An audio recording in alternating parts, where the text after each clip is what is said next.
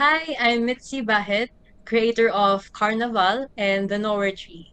You're watching Two Geeks Talking.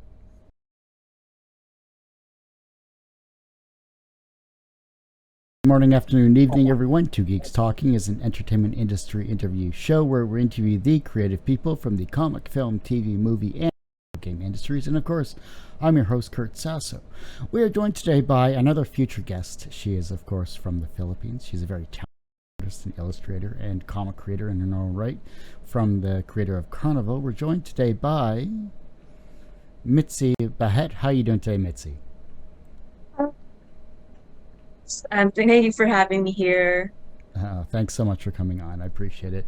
So, for those that don't know anything about you, tell us a little bit about yourself. Alright. So I'm Mitzi. I'm Mitzi Bajet. I'm from the Philippines. I started making comics since 2017. And yeah, my one of my first ever comic is Carnival. Actually, I have it here. Mhm. It's a one shot. I made this right after I quit my first job in the advertising agency. Um, I finished this 48 pages in 7 days, and I'm pretty proud of it because I was able to manage to finish this comic and sell it on time in a convention back then. And when the moment I finished my first comic, there was this feeling of, gosh, I really wanted to make more of these, and I can see myself making um throughout my life. And yeah, ever since I've already managed to have three, four, five titles since 2017. And still call myself as an indie creator because I'm still self-published, Yeah. but I'm trying to get my work out there in publishing houses.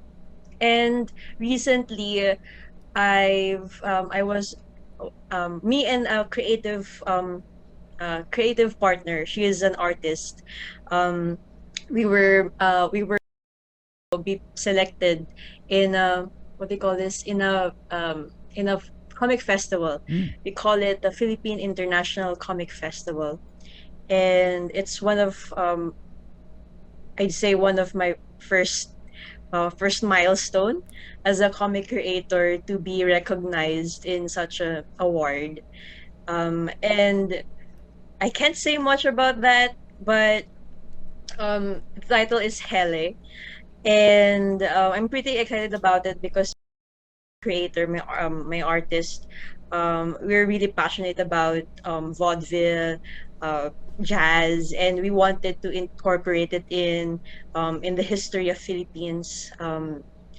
Yeah, during the World War II, the Japanese occupation. Mm-hmm. It's more of a historical fiction, and which it's really strange, but because I think um me and my co-creator felt like this project um helped us grow from as creators, because we were me personally, I'm more of a dark fantasy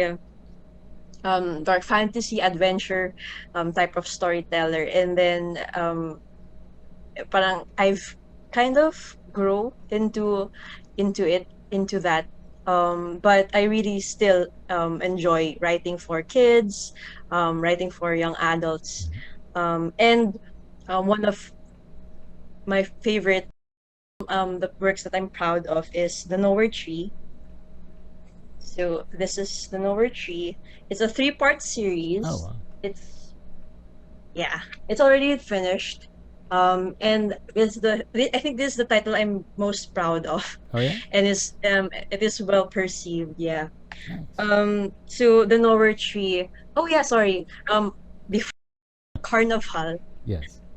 There's so many things. Carnival is about um what do you call this? Is a talks about an average boy and a circus cat, and they exchanged one of their eyes to experience each other's world, Oh wow. in pursuit of happiness. So it's also a one-shot fantasy. And yeah, it's very whimsical. It's in black and white, and I redid because it was rushed the first time I did it. That's So this is one of the main um that's beautiful. spreads that I really loved. Yeah, thank you. I really experimented on the paneling of this, using spreads, Hmm. visual cues to enhance the storytelling. Yeah, thank you. And I guess I'll share with you some of my influences as well. I love how you're passionate about your works, and it's great. So, let's start off, and we'll get into from Carnival. We'll go into Nowhere Tree as well, too, for sure. Creating comics or getting into comics usually isn't a spur of the moment decision. How did you decide you wanted to get into comics? Hmm, that's a good question. Actually, um, I was a comic reader, a passive comic reader back in college. I'm part of um, an organization, a comic organization back in our college, and we managed to put up an anthology, like a 5-page, 6-page anthology, 6-page per artist. And we managed to compile all that and sell it to Comic Con, or comic with a K, Mm-hmm. um, in like a decade ago. And ever since we experienced that selling our work, I felt like elated, tied down because I had to graduate, I had to get a decent job and all. And so the kind of take a back seat. And then I realized now when I quit my job and did my first comic and self-published it on my own, there was that feeling, that gut feeling that I enjoy doing this even though it's crammed, even though there are still sleepless nights to finish it on time. And yeah, it's pretty worth it. So then, how did Nowhere Tree come about? The Nowhere Tea, uh, hmm, it came out from a doodle. I wanted to tell a story about kids again. I'm more of, yeah, I'm more of the stories that I want to tell are more kids, like Coraline, if you're familiar. Mm-hmm. The likes of Coraline, Kubo and the Two Yeah. Strings, involving coming of age type of stories.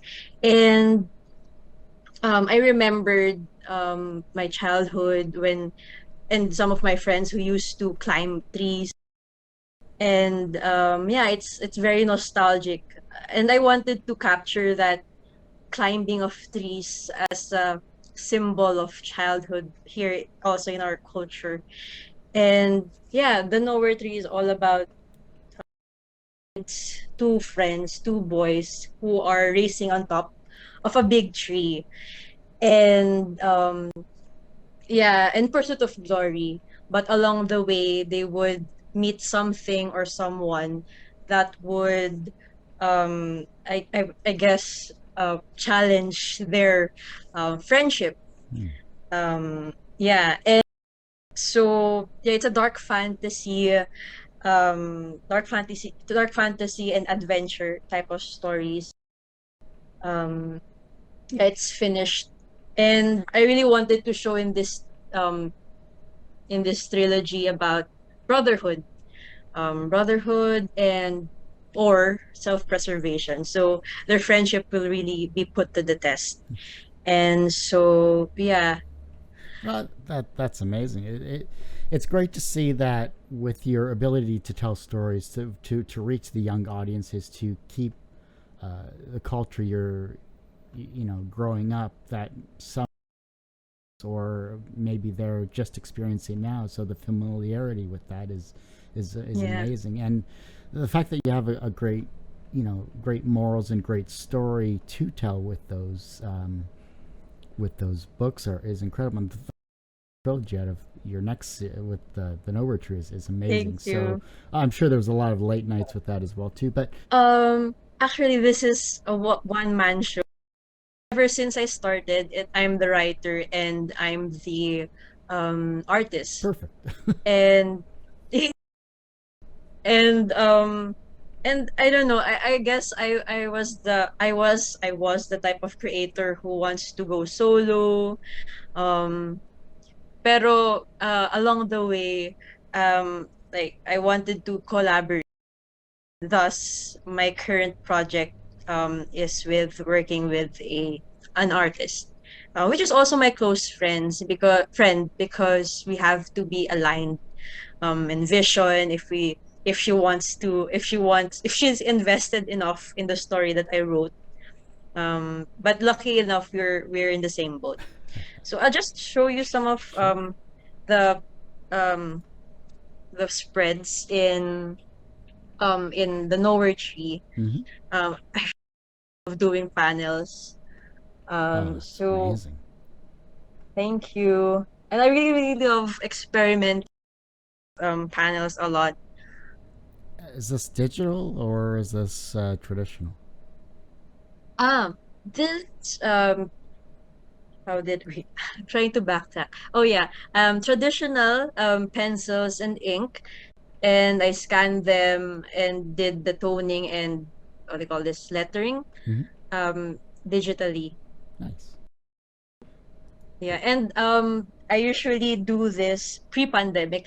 I usually do this in the weekends, and I would just stay in the cafe because I cannot concentrate when I do things here in at our house.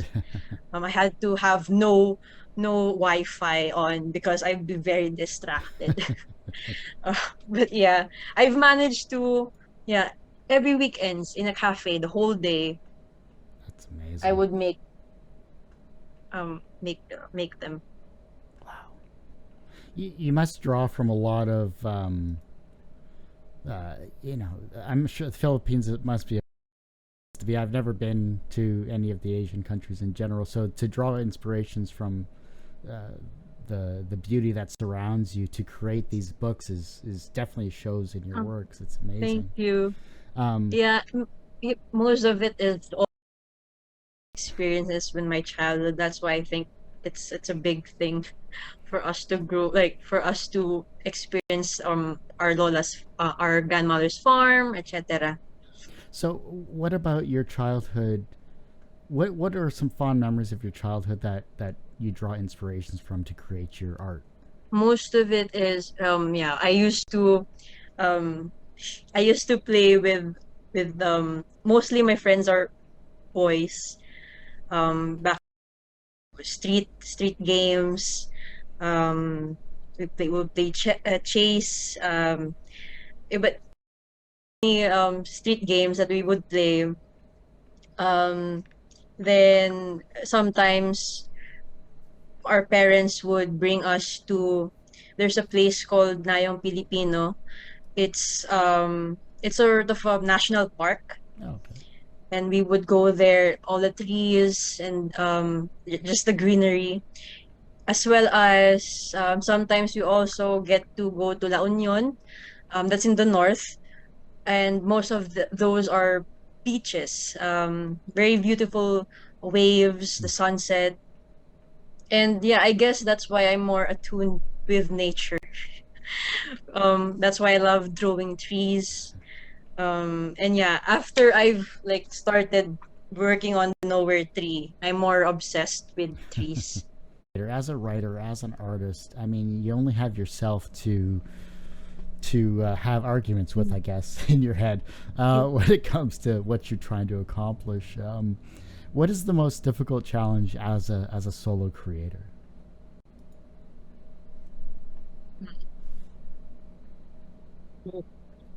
I guess um it's hard to have to like bounce off ideas with when you're alone. Um so I would I would ask the opinion of close friends for feedback. And I think it's very essential in my process to get their feedback early on, um, especially when it comes to the story. I'm very, very particular about the story. Um, in general, yeah, with my work or with others, with the books that I read. That's why, yeah, I consult with them first before I work on the pencils. What else? Yeah, I guess it's more of the immediate bouncing off ideas of, will this work? Will this part in this scene work? Yeah, and I have the tendency to just to be like focused or tunnel vision. I won't be able to look um to consider other options or other alternatives to this scene, particular scene or particular panel, let's say. Um but yeah, I'm I'm in the process of m- getting feedback um from people. That's good. How has social media helped you as a creator? Oh, it has evolved a lot since the pandemic. The Pen Lab is a platform, an online platform for Filipino creators to publish their comics online for free. And they launched last year. And ever since, it has gained over 1 million visits, a Wow. million views. Yeah, and it's all because uh they were very aggressive with their marketing. They release new comics, etc. And they were able to partner partner with seasoned creators Mm. to get to upload their work in Penlab. For example, if you're familiar with Trece, um it's also coming in Netflix. They managed to partner with them and upload their work in Penlab. Like, That's oh my amazing. gosh, Trece.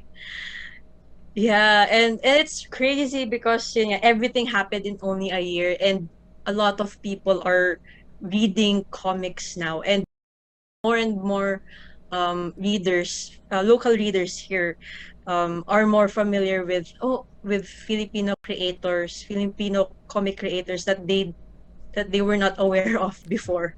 It really evolved. And for me, I've explored selling my comics online. Well, at least for the Nowhere Tree. Mm-hmm. Yeah, I use Gumroad now. I have to adapt as well to the changes. Because I'm more of a traditional, I want to meet people in the convention and sell my work there. But this time around, I don't think conventions would be happening soon. So I have to be online Yeah. for it. That's the hardest part, especially about being a content creator or an artist like yourself, is to get. Do you consider Right. yourself an introverted person or an extroverted person?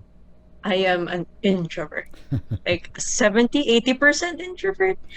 Yeah, I would say so. My brother, we're like opposites. He's the extrovert one and I'm the introvert. So pre-pandemic, I really enjoyed being in conventions. It's like these are my people here. Like I can be me, but at the same time, at the end of the day, I'd be, oh, I'm so drained, but it's fun. It's still fun. Yeah, I mean, I've been reading a lot of comics online and through apps like through Tapas and all that other stuff. So I've been getting back into that type of thing and reading my Yeah. comics, web comics, and all that other stuff as well too. So new talented creators like yourself and to experience um, what you bring creatively and your storytelling and everything like that. I definitely want to pick up your books as well too. I think it's important to Thank you. support creators from all over the world as much as I can. So when it comes to comic conventions, what's the well remember. What was your first experiences like being a first time creator at a comic convention? Hmm. I guess it's more of as an introvert as me, engaging with your readers. Should I go out there and be like one of the people, or oh, you read my work, like I just shove them in, not necessarily put them in their face that my comic, but like be more I don't know, Aggressive. bubbly when it comes to presenting my comics, or I would just like sit there in my table and just I would just wait for them to browse my work. So I think those are, at least for me, one of my struggles, how to engage with with the customers or with the readers, especially when I'm new when it comes to selling my work in conventions. So when the first person stopped by your table and they picked up your book and they started flipping through it, what did you feel that first time someone else looked at your work? Let me remember. It's either two things are in my head. Um skimming it, he or she's skimming my work just to see the art, but not necessarily read through it. Or two, if I sense this reader is taking a little longer to read my work or skimming my work, and I notice that he or she is reading through the pages, um, I think that's a good sign that I would engage with them. Na, yeah, I would start talking about the comic, about my work. And usually, well, at least from my experience, um, I I managed to sell it. I managed to sell it. So yeah. That's awesome. Yeah, it's got to be nerve wracking, being at a huge convention or any convention for that matter, and trying to showcase your work because I'm introverted myself to a certain extent, but Hmm. you don't want to shout to the world, "Hey, this is what I'm doing," but you have to shout to the world, But "Hey, this is what yeah. I'm doing." Is there before I get to my last four questions, is there anything else that I haven't talked about that you'd like to talk about?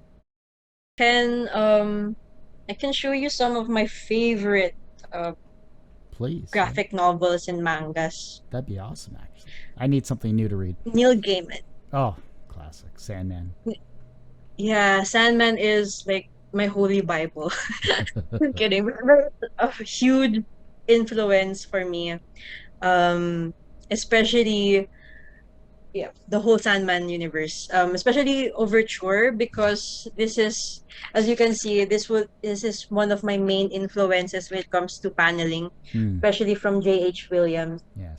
It's very fantastical, very experimental, and I think I'm that kind of creator who really wants to explore more work, more more ways of doing things. Mm-hmm. So yeah, go check it out. All right. So good.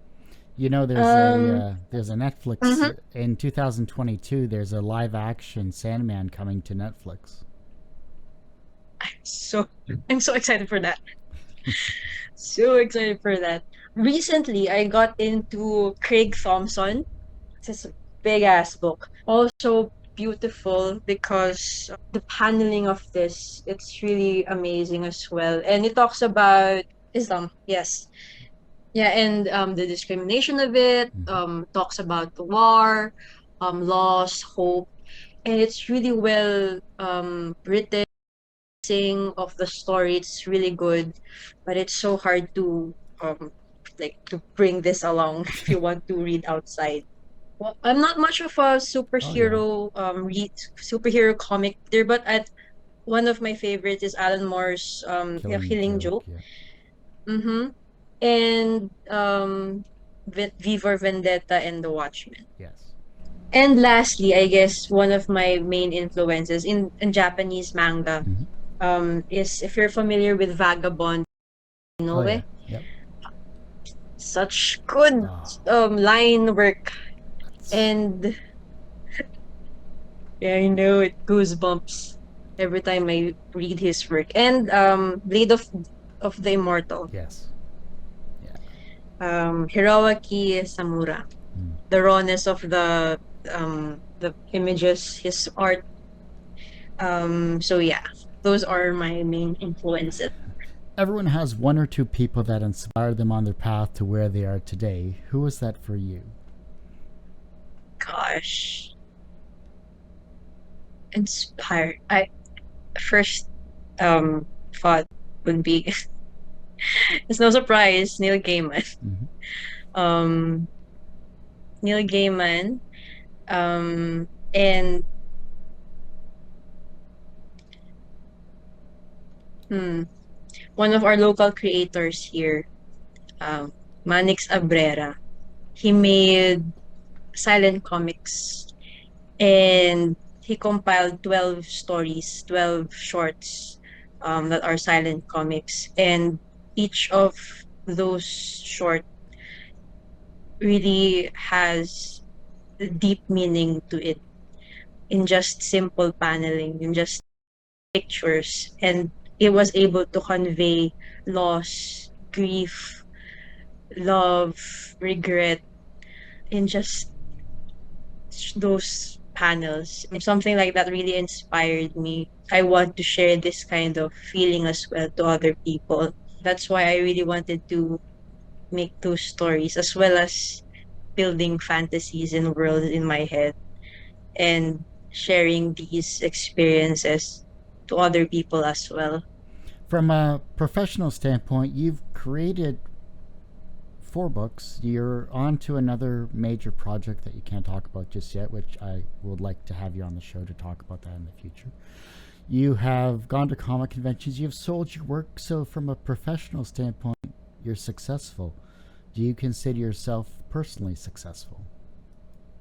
I'd say I have yet to a long way to go as a creator, um, but I really appreciate the small wins.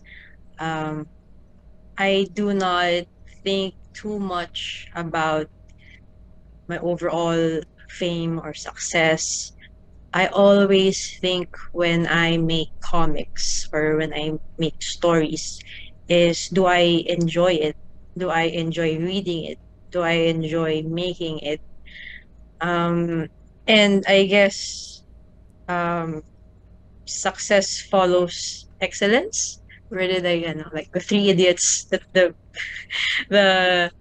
um the quote from Three Idiots na you should like be excellent in your work first, then success will follow. Mm, yeah, the most important thing for me is I enjoy what I do. The reverse of success is failure. How do you deal with failure? Hmm. Recently, I've become more open to it. As an artist, I'm a perfectionist. That's why sometimes I finish comics or work very long. But only just this past few years, still trying to learn the value of failures. And one of my mentors told me to fail productively. You use those failures and learn from them and to push you forward. Yeah, and ever since that that thought, I my perception of failure has like changed, has been reframed, and failure is essential to good work. That's what I think. His name is Gerson Abesamis. He's my boss in my day job. Ah, there you go. The younger generation is looking at your work and they become inspired to becoming creative themselves, whether they're going to become a writer or an artist or whatever they'd like to do creatively. How can they inspire the generation that follows them? Hmm. I guess I don't want to sound too cheesy, but I guess this is true for me. It really comes from the heart. You should know. what you love to to talk about, to write stories about. You should know what you care for, and why do you care for it, and write stories about it. Write stories about your experiences, and I hope you find meaning to making stories. And when you find meaning to making stories, then you would want to, hopefully, you would want to share it to the world. Um, yeah, and I guess for at least for me, just enjoy the process of making it. Um, yeah, and don't pressure yourself, and don't ever compare yourself to other people, because you have your own way of growing. And um, yeah, you'll get there as long as you just work towards your goal, and just keep on doing it. Well, I hate to say this, Mitzi, but that ends this particular episode of Two Geeks Talking. But before I let you go, where can we find you on social media or online, and any websites you'd like to promote? You could search in Facebook or in IG. Yes, Instagram. Mitzee, Mitzee, underscore. Mitzee, Mitzee, underscore. What about Pen Lab Inc.?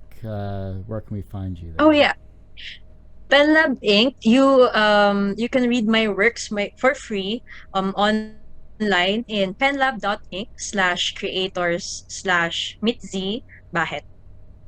It's there. Awesome. Doo-doo. Well, like I said, that ends this particular episode of Two Geeks Talking. So, Mitzi, thank you so much for coming on the show. I Thank really you. appreciate Thank it. you, everyone. Before I Thank let you, Kurt.